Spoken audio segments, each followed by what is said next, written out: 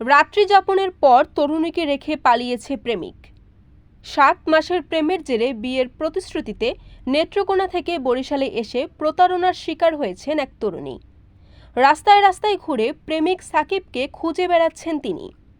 ওই তরুণী জানান, ঝালকাঠির নেসারাবাদ কাঁচাবালিয়া গ্রামের দেলোয়ার মল্লিকের ছেলে আব্দুর রহমান সাকিবের সঙ্গে 7 মাস আগে তিনি প্রেমের সম্পর্কে জড়ান।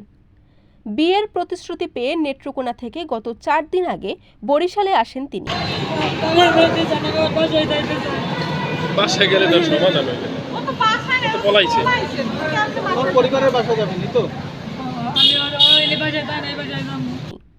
প্রেমিক সাকিব তাকে ঘুরতে যাওয়ার কথা বলে কুয়াকাটায় হোটেলে নিয়ে 2 রাত্রি অবস্থান করে।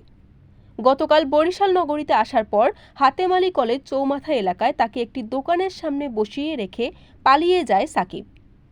কিছুক্ষণ পর মোবাইল বন্ধ পেয়ে তিনি প্রতারণার বিষয়টি টের পান। এক পর্যায়ে তিনি আত্মহত্যার চেষ্টা চালালে উপস্থিত লোকজন তাকে বুঝিয়ে শান্ত করে। এদিকে সাকিবের মোবাইল ফোনে কল করা হলে সাংবাদিক পরিচয় শুনে লাইনটি কেটে দেন তিনি। এরপর থেকে মোবাইল বন্ধ করে রেখেছেন তিনি।